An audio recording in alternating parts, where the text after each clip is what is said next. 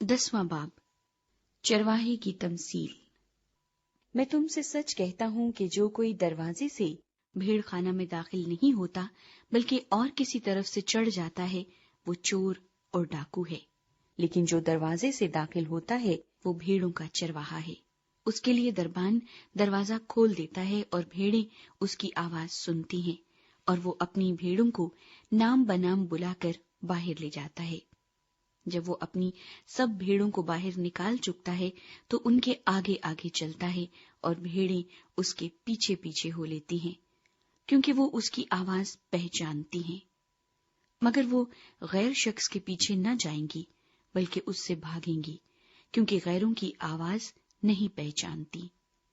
یسوع نے ان سے یہ تمثیل کہی، لیکن وہ نہ سمجھے کہ یہ کیا باتیں ہیں جو ہم سے کہتا ہے۔ یسوع مسیح اچھا چرواہا۔ بس یسوع نے ان سے پھر کہا، میں تم سے سچ کہتا ہوں کہ بھیڑوں کا دروازہ میں ہوں۔ جتنے مجھ سے پہلے آئے سب چور اور ڈاکو ہیں، مگر بھیڑوں نے ان کی نہ سنی۔ دروازہ میں ہوں۔ اگر کوئی مجھ سے داخل ہو تو نجات پائے گا، اور اندر باہر آیا جایا کرے گا اور چارہ پائے گا۔ چور نہیں آتا مگر چرانے اور مار ڈالنے اور ہلاک کرنے کو۔ میں اس لیے آیا کہ وہ زندگی پائیں اور کثرت سے پائیں۔ اچھا چرواہا میں ہوں۔ اچھا چرواہا بھیڑوں کے لیے اپنی جان دیتا ہے۔ مزدور جو نہ چرواہا ہے نہ بھیڑوں کا مالک، بھیڑیے کو آتے دیکھ کر بھیڑوں کو چھوڑ کر بھاگ جاتا ہے، اور بھیڑیا ان کو پکڑتا اور پراگندہ کرتا ہے۔ وہ اس لیے بھاگ جاتا ہے کہ مزدور ہے اور اس کو بھیڑوں کی فکر نہیں۔ اچھا چرواہا میں ہوں۔ جس طرح باپ مجھے جانتا ہے اور میں باپ کو جانتا ہوں، اسی طرح میں اپنی بھیڑوں کو جانتا ہوں، اور میری بھیڑیں مجھے جانتی ہیں، اور میں بھیڑوں کے لیے اپنی جان دیتا ہوں۔ اور میری اور بھی بھیڑیں ہیں جو اس بھیڑ خانے کی نہیں۔ مجھے ان کو بھی لانا ضرور ہے، اور وہ میری آواز سنیں گی۔ پھر ایک ہی گلہ اور ایک ہی چرواہا ہوگا۔ باپ مجھ سے اس لیے محبت رکھتا ہے کہ میں اپنی جان دیتا ہوں تاکہ اسے پھر لے لوں۔ کوئی اسے مجھ سے چھینتا نہیں بلکہ میں اسے آپ ہی دیتا ہوں۔ مجھے اس کے دینے کا بھی اختیار ہے اور اسے پھر لینے کا بھی اختیار ہے۔ یہ حکم میرے باپ سے مجھے ملا۔ ان باتوں کے سبب سے یہودیوں میں پھر اختلاف ہوا۔ ان میں سے بتیرے تو کہنے لگے کہ اس میں بدروح ہے اور وہ دیوانہ ہے، تم اس کی کیوں سنتے ہو؟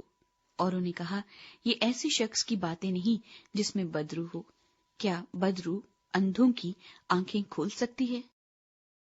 یسوع مسیح کا رد کیا جانا۔ یروشلم میں عید تجدید ہوئی اور جاڑے کا موسم تھا، اور یسوع ہیکل کے اندر سلیمانی برآمدے میں ٹہل رہا تھا۔ پس یہودیوں نے اس کے گرد جمع ہو کر اس سے کہا، تو کب تک ہمارے دل کو ڈاواں ڈول رکھے گا؟ اگر تو مسیح ہے تو ہم سے صاف کہہ دے۔ یسوع نے انہیں جواب دیا کہ میں نے تو تم سے کہہ دیا، مگر تم یقین نہیں کرتے۔ جو کام میں اپنے باپ کے نام سے کرتا ہوں وہی میرے گواہ ہیں، لیکن تم اس لیے یقین نہیں کرتے کہ میری بھیڑوں میں سے نہیں ہو۔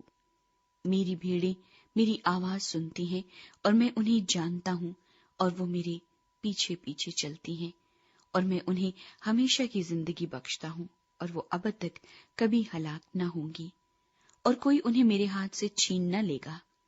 میرا باپ جس نے مجھے وہ دی ہیں سب سے بڑا ہے، اور کوئی انہیں باپ کے ہاتھ سے نہیں چھین سکتا۔ میں اور باپ ایک ہیں۔ یہودیوں نے اسے سنگسار کرنے کے لیے پھر پتھر اٹھائے۔ یسوع نے انہیں جواب دیا کہ میں نے تم کو باپ کی طرف سے بتیرے اچھے کام دکھائے ہیں، ان میں سے کس کام کے سبب سے مجھے سنگسار کرتے ہو؟ یہودیوں نے اسے جواب دیا کہ اچھے کام کے سبب سے نہیں بلکہ کفر کے سبب سے تجھے سنگسار کرتے ہیں، اور اس لیے کہ تو آدمی ہو کر اپنے آپ کو خدا بناتا ہے۔ یسوع نے انہیں جواب دیا، کیا تمہاری شریعت میں یہ نہیں لکھا ہے کہ میں نے کہا تم خدا ہو؟ جبکہ اس نے انہیں خدا کہا جن کے پاس خدا کا کلام آیا، اور کتاب مقدس کا باطل ہونا ممکن نہیں۔ آیا تم اس شخص سے جسے باپ نے مقدس کر کے دنیا میں بھیجا کہتے ہو کہ تو کفر بکتا ہے اس لیے کہ میں نے کہا میں خدا کا بیٹا ہوں؟ اگر میں اپنے باپ کے کام نہیں کرتا تو میرا یقین نہ کرو، لیکن اگر میں کرتا ہوں تو گو میرا یقین نہ کرو، مگر ان کاموں کا تو یقین کرو تاکہ تم جانو اور سمجھو کہ باپ مجھ میں ہے اور میں باپ میں۔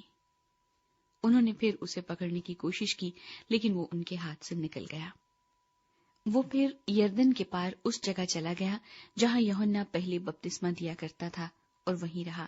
اور بطیرے اس کے پاس آئے اور کہتے تھے کہ یوحنا نے کوئی معجزہ نہیں دکھایا، مگر جو کچھ یوحنا نے اس کے حق میں کہا تھا وہ سچ تھا، اور وہاں بطیرے اس پر ایمان لائے۔ Please subscribe.